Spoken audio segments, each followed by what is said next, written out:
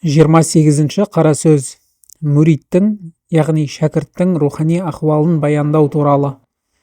Шейх, Алла оған разы болсын, былай дейді: сен әлі де сынақтың балқыту мен қорыту көрігінде отқа қақталып жанып, нәпсіңді өлтіру, құмарлықтан арылу, екі дүниеге қатысты арман қалауларың мен дүниелік дәмелеріңді жою үстінде болсаң да, рахатты, қуанышты, дүниелік тыныштық пен шаттықты, амандық пен нығметті, еркелеуді қалайсың ба?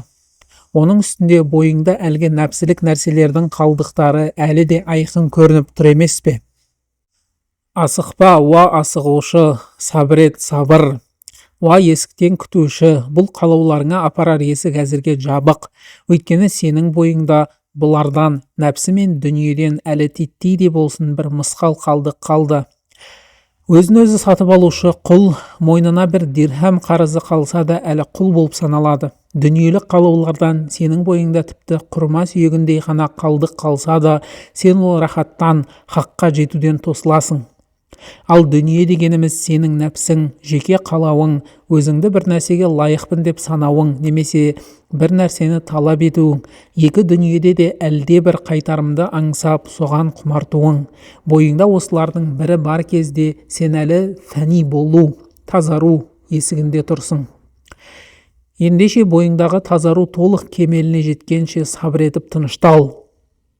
Сонда ғана сен көріктен, сынақтан шығып, сенің жаңа болмысың толықтырылады, жарқыратылады, үстіңе нұрдан киім кигізіліп, хош иісті әтір жағылады. Содан кейін ең ұлы патшаның құзырына көтерілесің. Сонда саған: расында сен бүгін біздің құзырымызда беделді әрі сенімдісің, Жүсіп сүресі, деп үн қатады. Сенімен сырласады, мейірім төгеді, өз кеңшілігімен жегізіп ішкізеді. Сені өзіне жақындатып, ешкімге беймәлім құпия сырларды ашады. Саған берілген осы ұлы сыйдың арқасында сенен басқа барлық нәрседен мұқтажсыз бай боласың. Көрмейсің бе? Алтынның ұсақ сынықтары, үгінділері әуелі шашырап, құнсызданып, әтір сатушылардың, бақалшылардың, қасапшылардың, тері илеушілердің, сыпырушылар мен аяқ киім тігушілердің, мейлі ол таза кәсіп, мейлі лас кәсіп иелері болсын, солардың барлығының қолынан өтіп, қолдан қолға көшеді. Содан соң олар жиналып, зергердің көрігіне салынады. Сол жерде оттың жалынымен балқытылады, сосын одан шығарылып, соғылады, жұқартылады, қалыпқа салынып, әсем әшекейге айналады. Содан кейін жалтыратып, хош иіс себіліп, ең құрметті, ең қауіпсіз орындарға, қазыналарға, қобдишалар мен сандықтарға салынып сақталады. Сөйтіп онымен қалыңдық әшекейленіп, безендіріліп, құрметке бөленеді. Кейде ол қалыңдық ең ұлы патшаның қалыңдығы да болуы мүмкін. Сол кезде баяғы лас қолда жүрген алтын үгінділері балқытылып, соғылып тазартылғаннан кейін патшаның жанына, оның төріне дейін көтеріледі.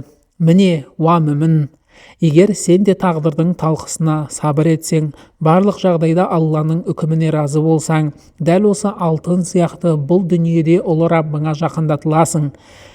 Танымың, яғни мағрифатың, ілімің және сырлардың нығметіне бөленесің. Ал ақыретте, Дәруссәламда, амандық мекенінде, пайғамбарлар мен шыншылдармен, шейіттермен және ізгілермен бірге Алланың көршілігінде, оған жақын мекенде тұрақтайсың. Ендеше сабыр ет, асықпа, тағдырға разы бол, Раббыңды айыптама. Алла тағала өз кеңшілігімен саған да, бізге де өзінің кешірімінің, жұмсақтығы мен жомарттығының салқын рахметін нәсіп еткей. 29-ші қара сөз. Пайғамбарымыздың саллаллаху алейхи вассалам кедейлік күпірлікке апарып соға жаздайды деген сөзі туралы. Шейх, Алла оған разы болсын, былай дейді: пенде Аллаға иман келтіреді, барлық ісін оған тапсырады, ризықтың тек одан келетініне, басына түскен жағдайдың айналып өтпейтініне, ал айналып өткен нәрсенің басына түспейтініне нақты сенеді. Ұлы Алланың кім Алладан қорықса, тақуалық етсе, Алла оған бір шығар жол пайда қылады және оны өзі ойламаған жерден ризықтандырады. Кім Аллаға тәуекел етсе, Алла оған жеткілікті.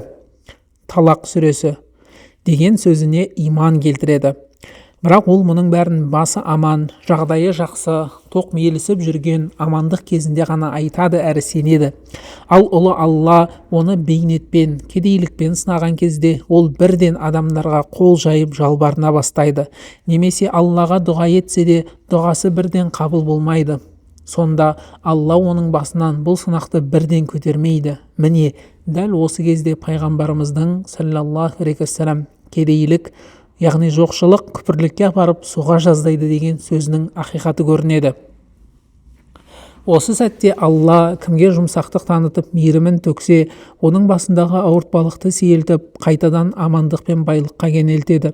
Оны шүкір етуге, мадақ айтуға бағыттайды және бұл нығметті Раббысымен қауышқанға дейін жалғастырады. Ал Алла кімді сынап, бәлеге ұшыратуды қаласа, оның бейнетін, сынағын және жоқшылығын ұзаққа созады. Сөйтіп оған келіп тұрған иман қуатын үзеді. Нәтижесінде ол пенде ұлы Аллаға қарсы шығып, оны айыптап, оның уәдесіне күмән келтіріп күпірлікке түседі. Осылайша ол ұлы Аллаға кәпір болған, аяттарын жоққа шығарған және Раббысына ашуланған күйде өледі. Алла елшісі саллаллаху алейхи уассалам қиямет күні адамдардың ішіндегі ең қатты азапталатын адам Алла оған мына дүниенің азабы мен ақыреттің азабын қосып берген адам деген сөзінде осыны меңзеген. Бұдан Алла сақтасын.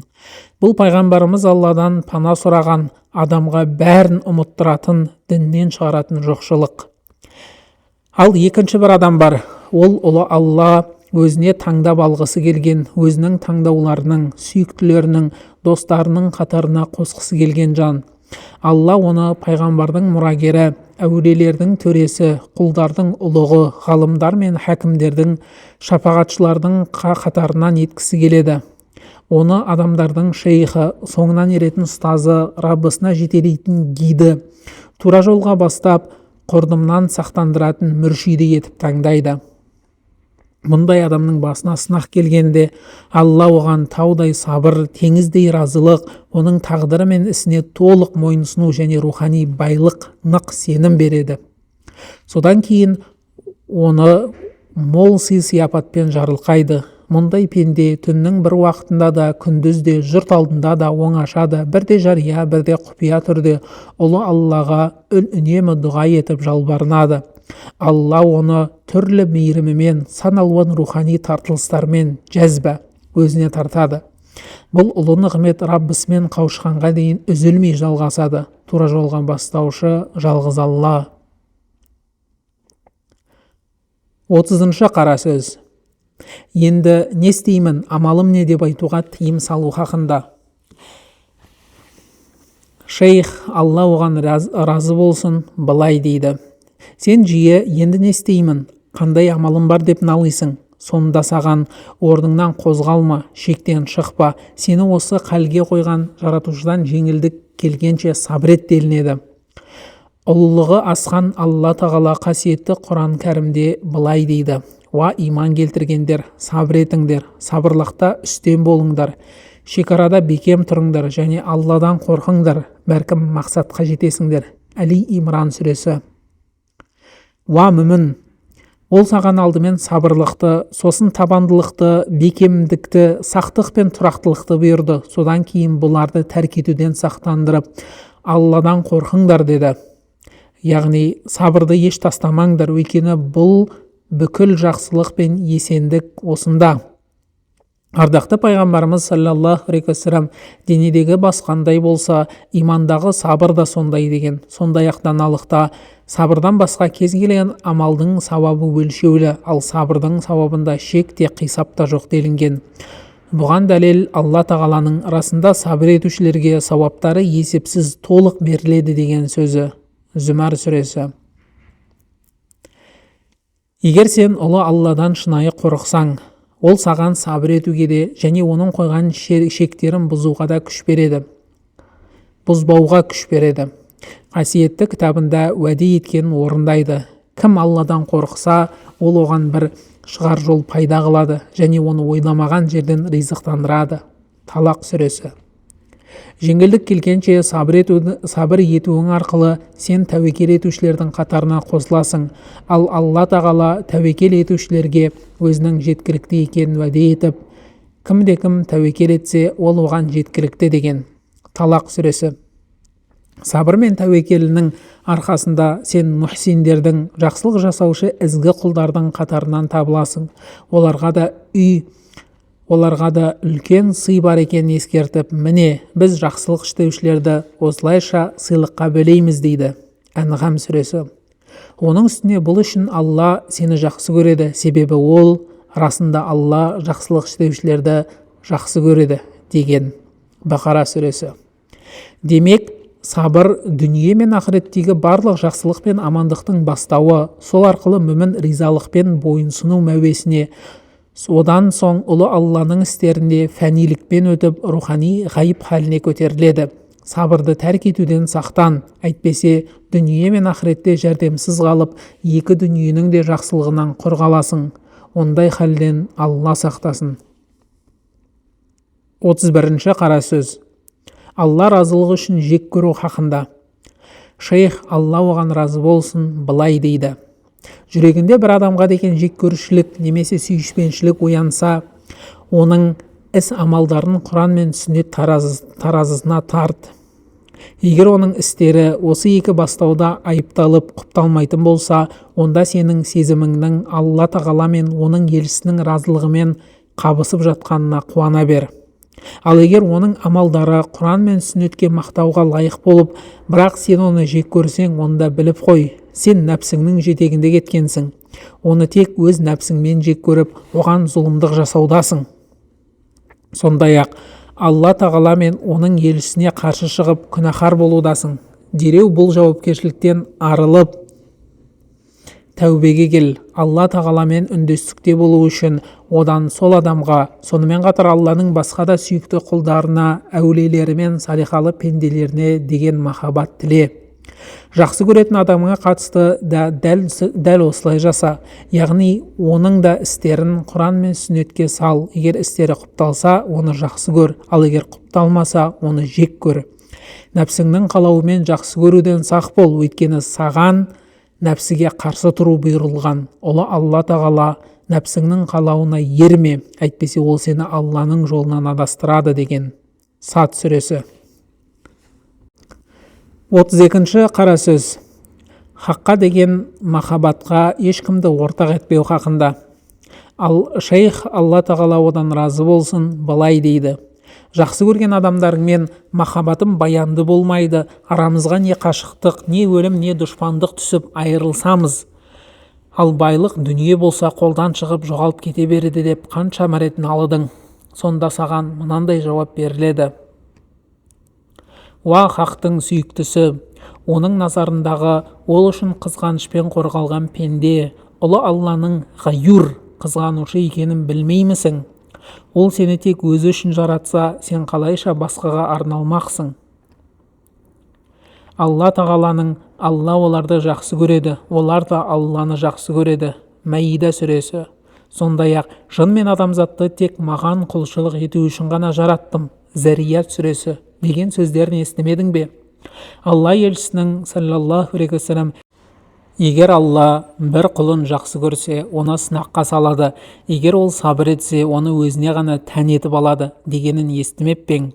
Адамдар, уа Алланың елшісі, өзіне ғана тән етіп алуы деген не деп сұрағанда, ол оның мал мүлкі мен бала шағасын қалдырмауы, яғни жүрегінде оларға деген тәуелділікті жоюы деп жауап берген.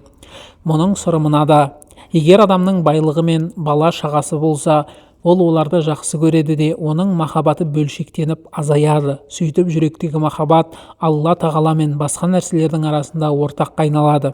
Ал ұлы Алла өзіне ортақ қосқандарды ешқашан қабыл алмайды. Ол ғайюр, қызғанушы, қаһар, бәрінен үстем. Ол өзіне ортақ етілген нәрсені құрдымға жіберіп жоқ етеді. Сөйтіп құлының жүрегін ешбір серіксіз тек өзіне ғана тазартады. Міне сол кезде міне сол кезде ғана Алла оларды жақсы көреді, олар да Алланы жақсы көреді деген аяттың ақиқаты көрініс табады. Жүрек серіктерден, теңеулерден, отбасы, мал-мүлік, перзент, ләззат пен құмарлық, бийлік пен атақ, кереметтер мен рухани халдер, мәртебелер мен мақаматтар, тіпті жұмақ пен дәрежелер, Аллаға жақындық сияқты қалаулардың барлығынан тазарғанда, онда Алладан басқа ешбір мақсат, ешбір арман қалмайды. Сол кезде жүрек сынық ыдысқа ұқсап қалады, ішінде ешбір сұйықтық тұрмайтындай, ол да ұлы Алланың ісімен сынып, дүниелік қалауларды ұстап тұра алмайды. Онда қандай да бір нәпсілік қалау жинала бастаса, Алланың құдіреті мен қызғанышы сол сәтте-ақ талқандайды. Сөйтіп, жүректің айналасына ұлылықтың, құдіреттің және айбаттың шатырлары құрылып, оның алдында асқақтық пен үстемдіктің орлары қазылады. Енді ол жүрекке басқа еш нәрсенің қалауы кіре алмайды. Осындай кемелділікке жеткенде, мал-мүлік, бала-шаға, отбасы, дос-жаран, кереметтер, бийлік, ілім және құлшылықтар сияқты себептер жүрекке еш зиян тигізе алмайды. Өйткені бұлардың барлығы жүректің ішінде емес сыртында қалады, сондықтан ұлы Алла оларды қызғанбайды. Керісінше, бұл нәрселердің барлығы Алла тағаланың өз қолына жасаған кереметі, мейірімі, нығметі мен ризығы болып саналады, әрі оған келгендерге пайда кереді. Бұл адамы арқылы басқалар да құрметке бөленіп, мейірім көреді. Оның Алла алдындағы қадір қасиетінің арқасында қорғанышта болады. Ол адам олар үшін дүние мен ақиретте қорған, пана сақтаушы әрі шапағатшы болады. 33-ші қара сөз. Адамдардың 4 топқа бөлінуі хақында. Шейх, Алла оған разы болсын, былай дейді: адамзат баласы 4 топқа бөлінеді. Біріншісі, тілі де жүрегі де жоқ адам. Ол күнәһар, надан әрі бейғам пенде. Ұлы Алла оны назарына ілмейді, оның бойында титтейде жақсылық жоқ. Ол және оған ұқсағандар ешбір қадір қасиеті жоқ. Су бетіндегі көбіктей немесе жел ұшырған топандай ұсақ адамдар. Егер ұлы Алла оларды өз мейіріміне бөлеп, жүректерін иманға бұрып, тұла бойын өзіне бойынсынуға бейімдемесе, олардың халі осылай қала бермек. Сен олардың қатарынан болудан қатаң сақтан, оларға мән берме, араларында жүрме, өйткені олар азапқа, қаһар мен қарғысқа ұшырағандар, тозаққа түсетіндер. Олардан ұлы Алла сақтасын. Бірақ егер сен Алланы таныған ғалым, жақсылыққа бастаушы ұстаз, дін жолына шақырушы әрі тура жолдың көшбасшысы болсаң, онда жөні бөлек. Оларды Алланың жолына шақыр, күнәдан сақтандыр. Сонда сен Алланың құзырында ұлы ұстаз, нұсқаушы ретінде жазылып, саған пайғамбарлар мен елшілердің сауабындай сауап беріледі. Алланың елшісі саллаллаху алейхи уассалам мүміндердің әмірі Али ибн Аби Талибке, Алла оған разы болсын, Алла тағаланың сен арқылы бір адамға тура жолға салуы сен үшін үстіне күн нұры шашыраған барлық дүниеден хайырлы деген. Екіншісі, тілі бар, бірақ жүрегі жоқ адам. Ол хикметті сөздерді айтқанымен оған өзі амал қылмайды. Жұртты Аллаға шақыра тұра өзі ұлы Алладан қашады. Өзгелердің бойындағы айыпты көргіш келеді, ал өзі сол міннен айырылмайды. Жұрт көзіне өзін тақуа етіп көрсеткенімен оңаша қалғанда ұлы Аллаға қарсы келіп ауыр күнәға батады. Ол бейне бір қой терісін жамылған қасқыр іспетті. Пайғамбарымыз саллаллаху алейхи уассалам үмбетін дәл осындайлардан сақтандырып, үмбетім үшін ең қатты қорқатыным тілі сайрап тұрған әрбір 200-ді деген. Тағы бір хадисінде үмметім үшін ең қатты қорқатыным жаман ғалымдар дейді. Мұндай халден Алла сақтасын. Ондай адамнан аулақ жүр, бойыңды қашық ұста, оның тәтті тіліне арбалып қалма, әйтпесе оның күнәларының оты сені де шарпып, жүрегіндегі ірткісі мен бүлігі сені де рухани өлімге душар етеді. Үшіншісі, жүрегі бар, бірақ тілі жоқ адам. Ол ұлы Алла жаратылыс көзінен таса етіп, өз панасына алған мүмін. Алла оған бойындағы кемшіліктерін танытып, жүрегін нұрға бөлеген. Оған адамдармен көп араласудың қаупі мен көп сөйлеудің кесірін білдірген. Сондықтан есендіктің үндемеуде, оңашалану мен оқшаулануда екеніне кәміл сенген. Пайғамбарымыздың саллаллаху алейхи уассалам үндемеген құтылды деген сөзіне құлақ тұр. Сондай-ақ кейбір ғалымдардың құлшылықтың 10 бөлігі болса, соның 9-ы үндемеуде дегенін есіңе ал. Міне бұл адам ұлы Алланың әулиесі, сүйікті құлы. Ол Алланың қорғауында, амандықта, толық ақыл иесі әрі Рахманның нығметіне бөленген, онымен сырлас жан. Барлық жақсылық соның бойынан табылады. Ендеше сондай адамның жанынан табыл, оған серік бол, аралас, қызметін қыл, қажетіне жарап, көмектесу арқылы оның сүйіспеншілігіне бөлен. Сонда Алла сені де жақсы көріп, таңдаулы құлдарының қатарына қосады. Оның шарапатымен сені де өзінің сүйікті әрі салихалы пенделерінің тобына кіргізеді, иншаалла. 4-шісі, жоғары әлемде ұлы деп шақырылатын адам. Пайғамбарымыздың саллаллаху алейхи уассалам жеткен хадисінде айтылғандай, кімде-кім ілім үйреніп, оны өзгеге үйретсе және сол іліміне амал қылса, мәләкут әлемінде ұлы деп шақырылады. Бұл адам ұлы Алланы және оның аят белгілерін толық таныған ғалым. Алла тағала оның жүрегіне өз ілімінің ғажайыптарын аманат етіп, өзгелерден жасырған сырларын ашқан, оны таңдап, өзіне тартып жақындатқан, жақындық есігіне жол сілтеп, әлгі сырлар мен ілімдерді қабылдау үшін көкірегін кеңіткен. Оны құлдарына тура жол нұсқаушы, ескертуші әрі олардың арасындағы айқын дәлел еткен. Ол тура жолдағы басшы, шапағат етуші әрі шапағаты қабыл болатын, сөзі де, ісі де шыншыл, пайғамбарлар мен елшілердің, оларға Алланың сәлемі мен берекесі болсын, жолын жалғаушы абдал тұлға. Бұл адам баласы жете алатын ең жоғарғы шын. Бұл мәртебеден биік тек пайғамбарлық қана. Сондықтан осындай жаннан айырылма. Оған қарсы шығудан, жүз шайысудан, одан алыстаудан, дұшпандық етуден немесе оның ақылын тыңдамаудан қатаң сақтан. Өйткені амандық оның айтқанында, ал құрдым мен адасушылық одан басқа да. Тек Алланың өзі тура жолға салып, мейірімімен қорғағандар ғана аман қалады. Міне, мен саған адамдарды топтарға бөліп бердім. Егер көзі ашық, көкірегі ояу жан болсаң, өзіңнің қай топта екеніңе көз сал. Өзіңе жаның ашса сақ бол. Алла бізді де, сені де өзі жақсы көретін және разы болатын істерге бастасын.